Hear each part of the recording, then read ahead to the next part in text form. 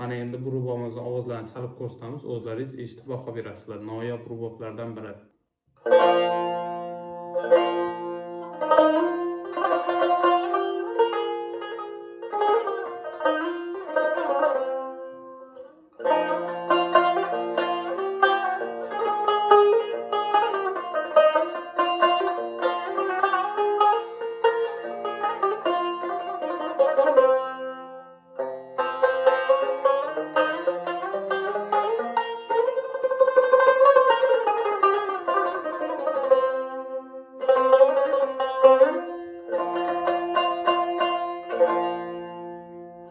O'zbekistonda eng birinchi yasalgan ruboblardan bugun sotuvga keldi. Xirojiddin usta tomonidan yasalgan.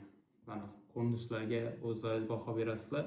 Yasalganiga 50 yil bo'lgan bu rubobni. Bunaqa ruboblarni ko'pchilik ustoz san'atkorlar bilishadi. Konsertli rubob deyiladi bular.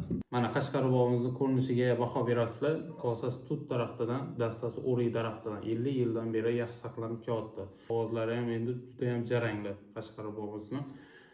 Bu rubobimiz Petrosyan davrida restavratsiya qilingan ruboblar oilasi bo'lib, o'zi rubobni kelib chiqish tarixi Qashqar Uyg'ur davlatlarida bizga Muhammadjon Mirzayev ustoz tomonidan kirib kelgan.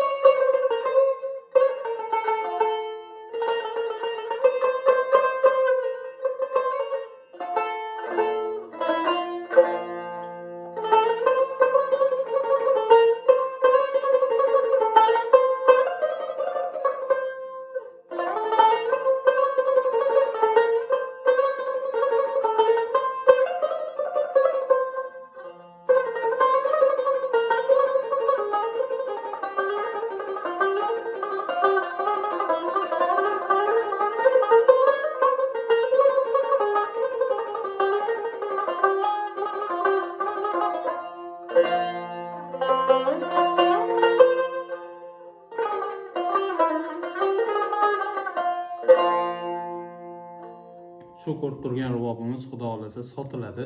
Bu noyob rubobni endi antikvariy narsalarga kiradi bu. Kamyob, bunaqa yaxshi saqlangan rubob o'zining futlyarlari bilan birga xudo xolasa sotuvda. Hammaga rahmat, sog' salomat bo'linglar.